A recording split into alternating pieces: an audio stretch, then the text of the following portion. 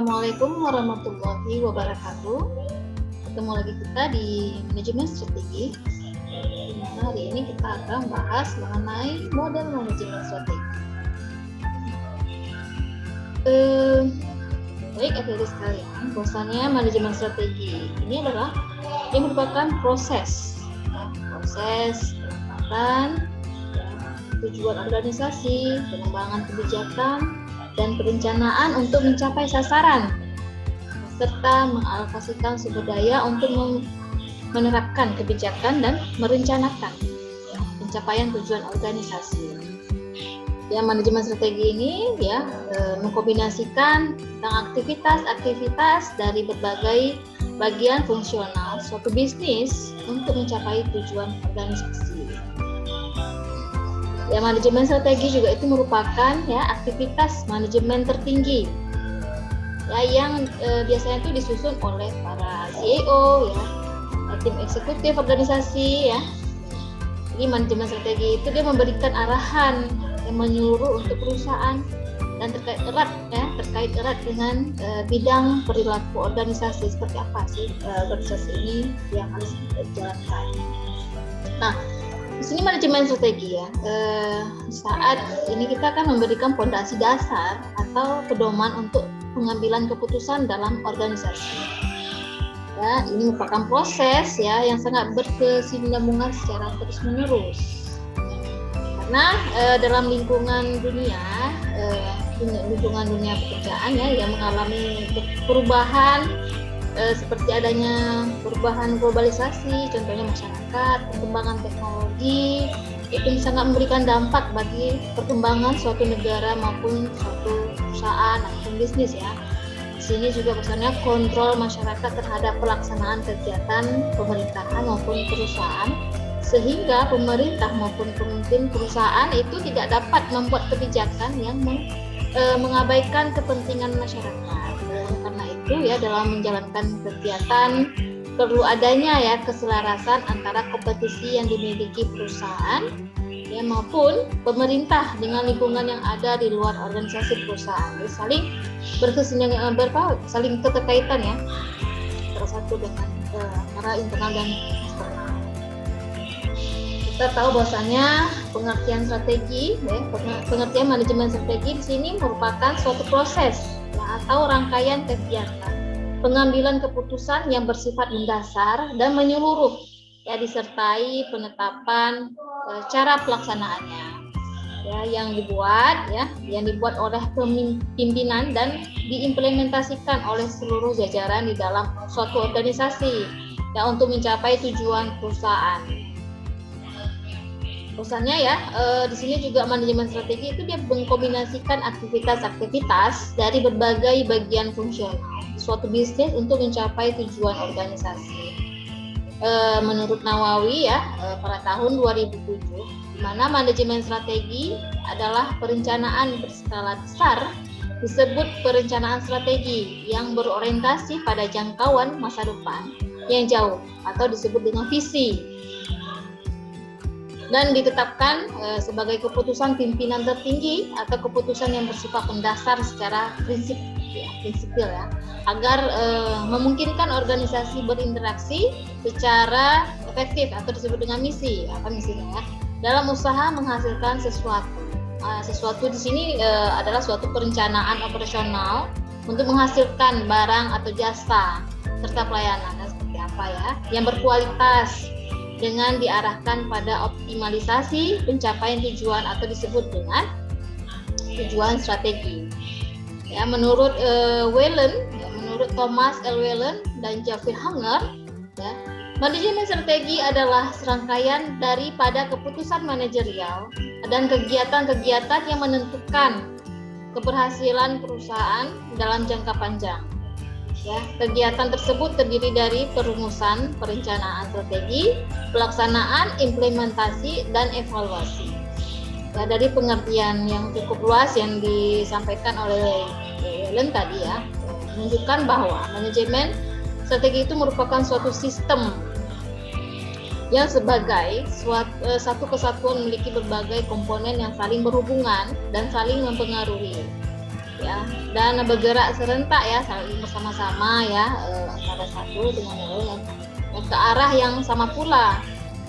Di mana komponen pertama itu adalah perencanaan strategi, itu unsur-unsurnya terdiri dari visi, misi yang sudah kita jelaskan sebelumnya ya, tujuan dan strategi utama organisasi. Nah, komponen yang kedua itu ya perencanaan operasional, di mana unsur-unsurnya itu ya unsur-unsurnya itu sasaran dan tujuan operasional, di mana pelaksanaan fungsi manajemen itu berupa fungsi pengorganisasian, fungsi pelaksanaan dan fungsi penganggaran. Ya, kebijaksanaan situasional, jaringan kerja internal dan eksternal. Di sini juga fungsi kontrol dan evaluasi serta umpan balik. Ya, di sini juga ada model manajemen strategi menurut Whelan dan Hanger. Ya. Oke, di sini ya model manajemen strategi menurut Whelan dan Hanger. Di situ ada environmental scanning atau pemindaian lingkungan, di mana pemindaian lingkungan itu ada eksternal dan internal. Di mana dalam eksternal environmental scanning itu kita pahami dulu ya apa itu environmental scanning atau pemindaian lingkungan, di mana ya suatu kegiatan yaitu berasal dari lingkungan internal perusahaan maupun eksternal perusahaan ya, kepada personel kunci atau disebutkan key people di dalam perusahaan. Nah, kegiatan ini ya terdiri atas pemindaian lingkungan terhadap lingkungan eksternal perusahaan yang dikelompokkan oleh Whelan dan Hanger sebagai societal, environmental, dan test environment. Mengetahui dulu apa sih itu societal environment, ya, atau disebut juga dengan general environment, ya, yaitu lingkungan eksternal perusahaan yang tidak akan memberi pengaruh terhadap implementasi strategi perusahaan dalam jangka pendek, tetapi akan mempengaruhi keberhasilan implementasi strategi perusahaan dalam jangka panjang. Ya, di dalamnya itu mencakup analisis terhadap variabel-variabel ekonomi, teknologi, politik, dan hukum, serta sosial budaya. Selanjutnya itu adalah task environment. Ya, di sini adalah berbagai elemen atau kelompok di lingkungan eksternal perusahaan yang dipengaruhi secara langsung ya oleh tindakan perusahaan dan karenanya akan mempengaruhi perusahaan juga. Sini juga termasuk ke dalam task environment ya, antara lain para pemasok, supplier ya, para pelanggan, customer, para pesaing, kompetitor, komunitas lokal, kelompok kepentingan khusus, asosiasi perdagangan, dan pemerintah. Ya. Di sini task environment ya bagi sebuah perusahaan korporasi merupakan industri di mana perusahaan tersebut melaksanakan aktivitas bisnisnya, sehingga analisis terhadap task environment dilakukan melalui analisis industri analisa. Menurut Whelan dan Hanger pada tahun 2004 di halaman 53. Di sini bahwasannya analisis industri itu merupakan pengkajian ya secara mendalam terhadap berbagai faktor kunci dalam suatu task environment atau lingkungan tugas perusahaan. Lebih lanjut ya, bahwasannya menurut Whelan dan Hanger ini menjabarkan tentang pemindaian lingkungan terhadap task environment menjadi beberapa analisis yang mencakup market analysis, community analysis, kompetitor analysis, supplier analysis, interest group analysis, dan government analysis. Ya, hasil akhir yang ingin dicapai melalui analisis tersebut, baik analisis terhadap societal environment maupun task environment, adalah diperolehnya faktor-faktor strategi, ya, yaitu berbagai faktor baik berasal dari lingkungan internal perusahaan maupun eksternal perusahaan yang dapat mempengaruhi keberadaan perusahaan dalam jangka panjang. Ya, faktor-faktor strategi yang berasal dari lingkungan eksternal itu selanjutnya itu dapat dikelompokkan sebagai peluang maupun opportunity ya, maupun ancaman threat ya terhadap perusahaan saat ini ya maupun dalam jangka panjang. Sedangkan faktor-faktor strategi yang berasal dari lingkungan internal perusahaan selanjutnya dapat dikelompokkan sebagai bentuk kekuatan ya, strength atau kelemahan weakness secara diagram ya, kombinasi analisis terhadap social environment dan test environment yang merupakan bagian dari lingkungan eksternal perusahaan itu dapat kita lihat ya gambar di berikut ya. Di sini bahwasannya selain melakukan pemindaian lingkungan terhadap lingkungan eksternal, perusahaan juga melakukan pemindaian lingkungan terhadap lingkungan internal perusahaan. Ya, pemindaian lingkungan ini itu ditunjukkan melalui analisis terhadap kekuatan dan kelemahan yang dimiliki oleh sumber daya perusahaan. Corporate resource atau proses internal perusahaan yang tercermin dari bagaimana perusahaan menciptakan nilai bagi para pelanggan dan analisis terhadap budaya perusahaan. Analisis terhadap lingkungan internal perusahaan itu dilakukan antara lain dengan menggunakan pendekatan organizasional analis ya, itu menurut Whelan dan Hanger pada tahun 2004 halaman 81 yang merupakan suatu analisis terhadap berbagai dimensi internal organisasi perusahaan itu dengan tujuan mengidentifikasi dan mengembangkan sumber daya organisasi perusahaan. Nah, alat analisis yang dapat digunakan untuk melakukan organisasional analis itu mencakup dua analisis utama, yaitu industri value chain analysis dan corporate value chain analysis. Kedua analisis tersebut akan dijelaskan ya lebih lanjut pada selanjutnya ya, tentang analisis lingkungan internal perusahaan ya. Sesuatu juga kita akan bahas. Nah, selanjutnya itu formulasi strategi. Ya, pada tahap formulasi strategi, ya, perusahaan secara berkala itu mengkaji kembali tentang misi dan tujuan perusahaan serta merumuskan strategi yang sesuai dengan misi dan tujuan perusahaan. Ya, misi dan tujuan perusahaan itu dapat mengalami perubahan sesuai dengan strategi yang dipilih oleh perusahaan. Ya, sebagai contoh yang kita lihat bahwasanya perusahaan yang melakukan perubahan secara radikal itu dapat mengubah visi, misi, dan tujuan perusahaan sesuai dengan strategi yang dipilih oleh pimpinan perusahaan. Hal ini terjadi pada Samsung yang dipimpin oleh Kun Heli ya, di era tahun 93, di mana Kun Heli itu menurut Robbins dan Jas pada tahun 2007 dan halaman 573 itu mengubah Samsung secara radikal dari perusahaan yang biasanya hanya memproduksi me too product ya menjadi perusahaan yang menghasilkan produk-produk inovatif dengan menggunakan teknologi mutakhir. Ya, perubahan misi dan tujuan perusahaan secara mendasar itu akibat perubahan strategi perusahaan ya juga terjadi pada Nokia, di mana pada awalnya Nokia yang memiliki bisnis inti dalam industri diapers, rubber boots, dan kertas, tetapi dengan adanya peluang usaha yang jauh lebih menarik di bidang usaha telepon seluler ya, maka perusahaan ini juga selanjutnya mengubah bisnis intinya yang sekaligus juga mengubah misi dan tujuan perusahaan menjadi usaha di bidang produksi telepon genggam atau seperti handphone. Dan sebagaimana halnya misi dan tujuan perusahaan itu dapat mengalami perubahan strategi, ya demikian halnya strategi pun dapat berubah disesuaikan dengan tujuan perusahaan yang baru. Ya, dengan demikian formulasi strategi itu akan mengacu ke tujuan yang ingin dicapai oleh perusahaan. Nah, selain merumuskan misi, tujuan, dan strategi yang saling memiliki kesesuaian satu sama lain, perusahaan juga harus merumuskan kebijakan yang akan menjadi panduan bagi seluruh sumber daya manusia. Ya, perusahaan dalam melakukan implementasi strategi, baik pada tingkat korporasi, fungsional maupun unit bisnis. Nah, selanjutnya itu implementasi strategi atau disebut dengan strategi implementasi ya, dimana di sini tujuan dan strategi perusahaan yang telah dibuat akan dapat diimplementasikan dengan baik apabila tujuan dan strategi tersebut dituangkan ke dalam rangkaian kegiatan dalam bentuk program yang terjadwal dalam jelas serta memperoleh alokasi sumber daya yang memadai yang telah dituangkan dalam bentuk anggaran atau budget yang akan mendukung setiap program.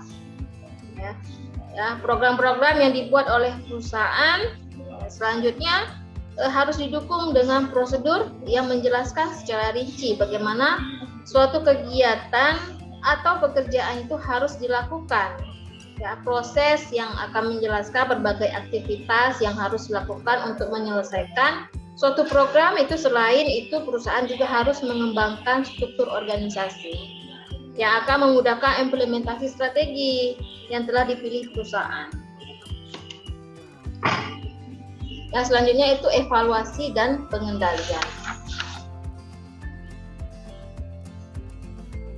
Di sini ya, sebagai sebuah proses manajemen ya, model manajemen strategi yang dikemukakan oleh Whelan dan Hanger itu diakhiri dengan tahap evaluasi dan pengendalian atau evaluation and control.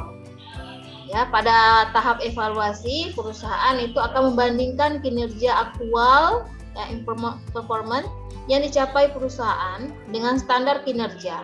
Hasil evaluasi akan dijadikan dasar bagi perusahaan dalam melakukan pengendalian, yakni apakah kesenjangan yang terjadi antara kinerja aktual dengan kinerja standar itu masih berada dalam toleransi, ataukah perbedaan antara kinerja aktual dengan kinerja standar itu sudah menyimpang ya, artinya apakah lari dari jalur ya yang telah direncanakan ya, itu sangat jauh sehingga perlu dilakukan tindakan koreksi. Ya, hasil evaluasi dan pengendalian itu selanjutnya itu akan menjadi umpan balik atau feedback bagi perusahaan yang memungkinkan perusahaan melakukan perbaikan dalam setiap langkah proses manajemen strategi sejak pemindaian lingkungan sampai tahap evaluasi dan pengendalian. Selanjutnya kita akan bahas tentang model manajemen ya strategi itu menurut Kaplan dan Norton. Tadi kita model manajemen strategi menurut Whelan dan Hanger ya. Itu ada environmental scanning, ya strategi formulation, strategi implementasi, ya evaluasi dan kontrol. Selanjutnya model manajemen strategi menurut Kaplan dan Norton. Ya, di mana model manajemen strategi balance scorecard.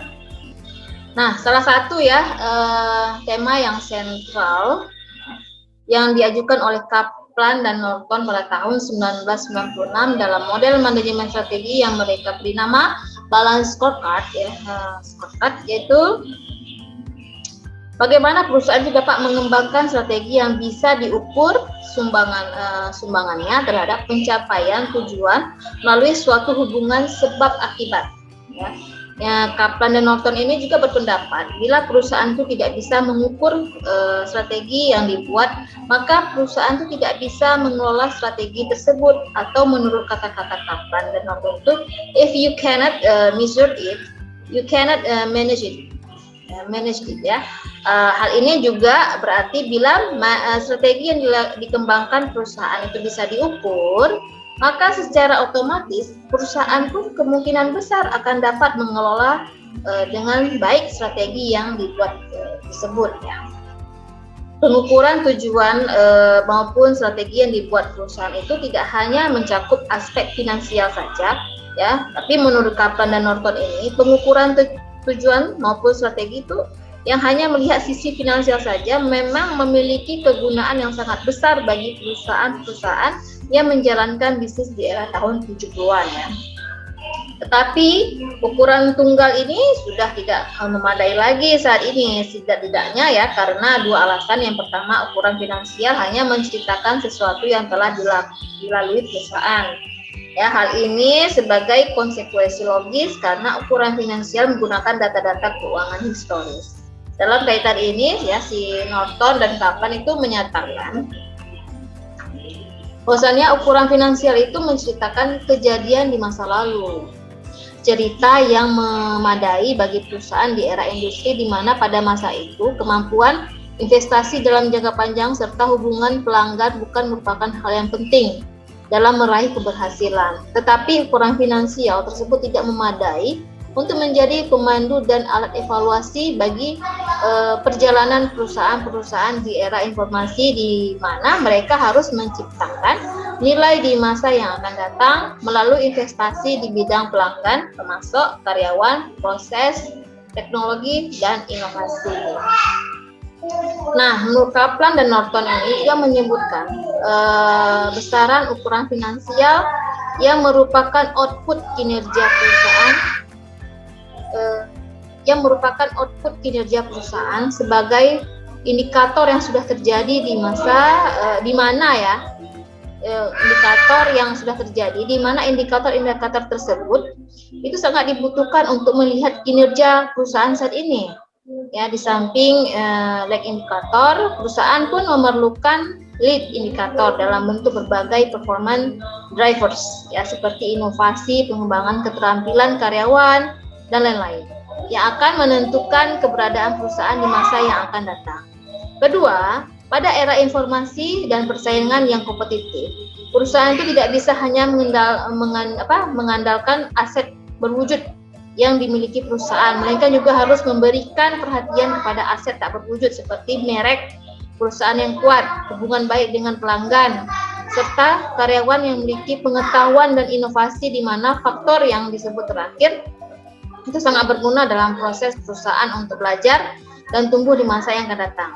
Ya, dengan memperhatikan berbagai alasan, Kaplan dan Norton itu mengajukan The Balance Scorecard sebagai model sistem manajemen strategi yang akan menerjemahkan misi dan strategi perusahaan menjadi berbagai tujuan dan ukuran-ukuran dalam 4 perspektif. Pertama, itu adalah perspektif keuangan, kedua perspektif pelanggan, dan ketiga perspektif proses bisnis internal, dan yang keempat itu proses pembelajaran pertumbuhan.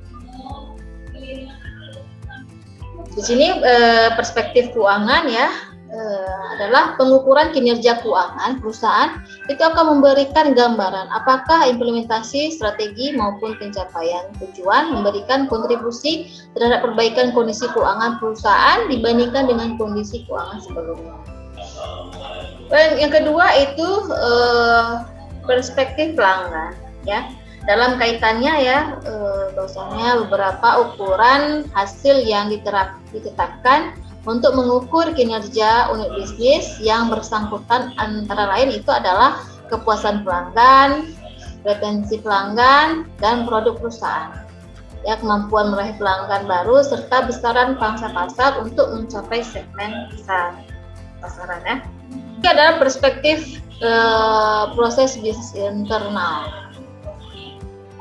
Ya, pada bagian ini ya, para eksekutif perusahaan itu melakukan identifikasi terhadap proses internal perusahaan yang akan memungkinkan perusahaan yang pertama adalah tentang memberikan proposisi nilai atau nilai proposisi yang akan menarik dan mempertahankan pelanggan dari target segmen pasar tertentu. Kedua, itu memuaskan ekspektasi pemegang saham dengan memberikan pengembalian keuangan yang sangat bagus. Ya, pengukuran proses bisnis internal itu terutama difokuskan ke proses internal perusahaan yang akan memiliki dampak paling besar terhadap kepuasan pelanggan dan pencapaian tujuan keuangan perusahaan. Dalam kaitan ini, Kaplan dan Norton itu pada tahun 96 halaman 96 ya, memperkenalkan konsep internal proses value chain, di mana konsep ini mengintegrasikan inovasi yang akan dilakukan perusahaan terhadap proses internalnya dengan memperhatikan kebutuhan konsumen saat ini dan di masa yang akan datang, serta mencari solusi bagi pemenuhan kebutuhan konsumen di masa yang akan datang tersebut. Yang keempat ini ya,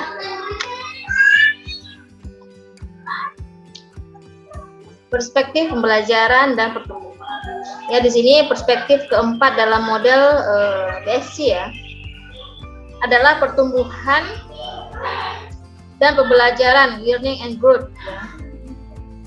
Dalam perspektif ini, para manajer perusahaan harus mengidentifikasi sebagai infrastruktur yang harus dibangun perusahaan untuk menciptakan pertumbuhan dan perbaikan kinerja secara terus-menerus dalam jangka panjang. Nah, perusahaan itu tidak akan dapat memenuhi kebutuhan konsumen di masa yang akan datang bila hanya mengandalkan teknologi dan kemampuan yang dimiliki perusahaan.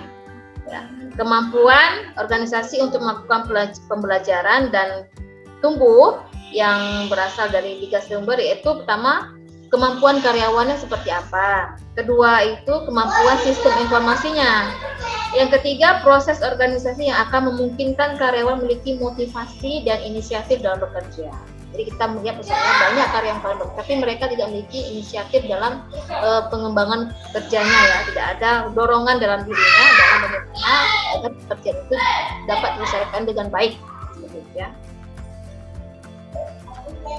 Jadi keterkaitan antara tujuan strategi ya dengan ukuran strategi ya, di mana yang telah kita uraikan sebelumnya ya, salah satu tema sentral dari PSG tadi adalah mengaitkan pencapaian tujuan perusahaan dengan berbagai dimensi strategi yang dapat diukur yang dinyatakan dalam 4 perspektif, yaitu perspektif keuangan, pelanggan, proses bisnis internal, serta pembelajaran dan pertumbuhan.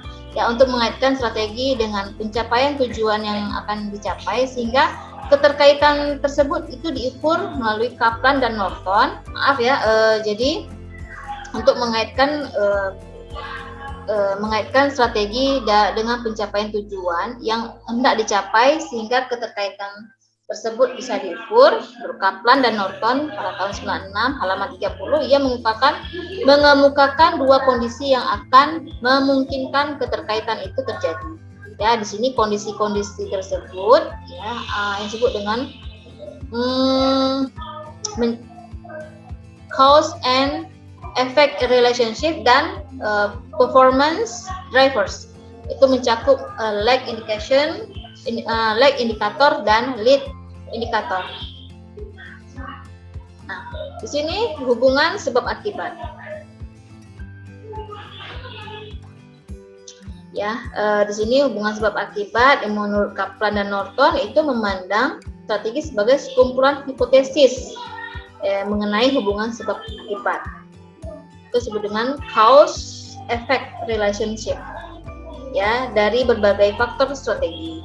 Untuk mencapai keterkaitan antara berbagai perspektif, antara pencapaian tujuan perusahaan, berbagai faktor strategi pada setiap perspektif dikaitkan dengan faktor strategi lainnya melalui suatu hubungan sebab akibat yang dapat diuji validitasnya. Selanjutnya itu pendorong kinerja. Ya, model balance scorecard merumuskan strategi tidak hanya dalam bentuk hasil yang diukur, yang menurut Kaplan dan Norton menyebutkan sebagai lag indikator, itu melainkan harus menggambarkan pula berbagai faktor yang dapat menjadi pendorong kinerja di masa yang akan datang, atau yang disebut dengan Kaplan Norton sebagai lead indikator. Ya, di sini model yang hanya memasukkan ukuran hasil, ya, outcome measure, tanpa memperhitungkan pendorong kinerja, itu tidak akan dapat menjelaskan bagaimana sih hasil yang akan diharapkan itu bisa dicapai dalam jangka panjang. Ya, demikian halnya pencantuman pendorong kinerja tanpa hasil yang terukur itu bisa mengakibatkan perbaikan kinerja dalam jangka pendek, tapi tidak akan mampu menjelaskan apakah perbaikan kinerja tersebut memadai untuk mencapai peningkatan kinerja keuangan. Oke. Sampai di sini dulu bahan diskusi kita. Kurang saya mohon maaf. Assalamualaikum warahmatullahi wabarakatuh.